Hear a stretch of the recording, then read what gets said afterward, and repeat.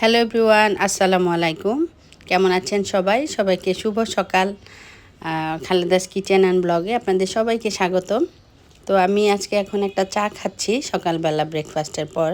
আর এই চাটা হচ্ছে রোজেলা চা।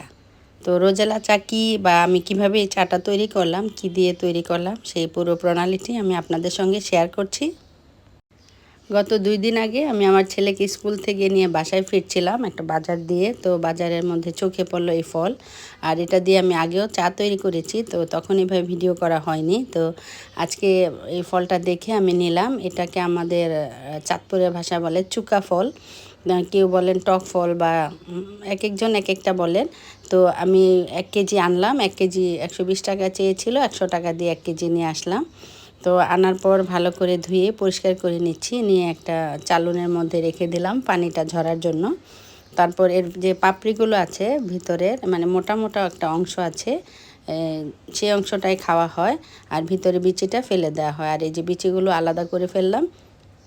তো এইভাবে সবগুলো পাপড়ি খুলে উপরের খোসাটা আর কি খুলে ফেললাম, খুলে এভাবে রেখে দিলাম। রেখে আমি আবার কেচি দিয়ে চিকন চিকন করে একটু কেটে তারপর রোদে শুকাবো যেহেতু, আর এই অংশটা মোটা নিচের অংশগুলো, তো একটু কেচি দিয়ে কুচি কুচি করে কেটে দিলাম যাতে একটু তাড়াতাড়ি শুকায়। তো কাটার পর আমি একটু স্টিলের থালে নিচ্ছি। এই যে দেখুন, স্টিলের একটু ছড়ানো ডিশের মধ্যে এভাবে 2টা থালিতে পাতলা করে মেলে দিলাম।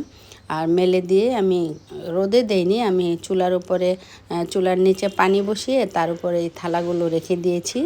এতে হাইজেনিক হয়, কোনো ধুলাবালি যায় না। নিচে পানি আর উপরে এটা দিয়ে এভাবে 3-4 ঘন্টা রেখে দিলাম। একটু পরপর বন্ধ করেছি, চুলা আবার অন করেছি, এভাবে মাঝে মধ্যে এভাবে নাড়াচাড়া দিয়েছি। তো 3-4 ঘন্টা পর এটা সুন্দর হয়ে গিয়েছে। আমরা রান্নার শেষে বিকেল টাইমে আমি এভাবে দিয়ে রেখেছিলাম চুলায়। আপনারা চাইলে রোদেও শুকাতে পারেন, তো রোদে ধুলাবালি, সেজন্য আমি এভাবে শুকালাম। তো এভাবে রাখার পর মোটামুটি শুকিয়ে গিয়েছে। এই যে দেখুন, পুরো ক্রিস্পি হয়ে গিয়েছে এবং মচমচা হয়ে গিয়েছে। এটার মধ্যে যাতে কোনো পানি না থাকে সেভাবে এটা রেখে দিতে হবে, সংরক্ষণ করতে হবে ভালো করে শুকিয়ে।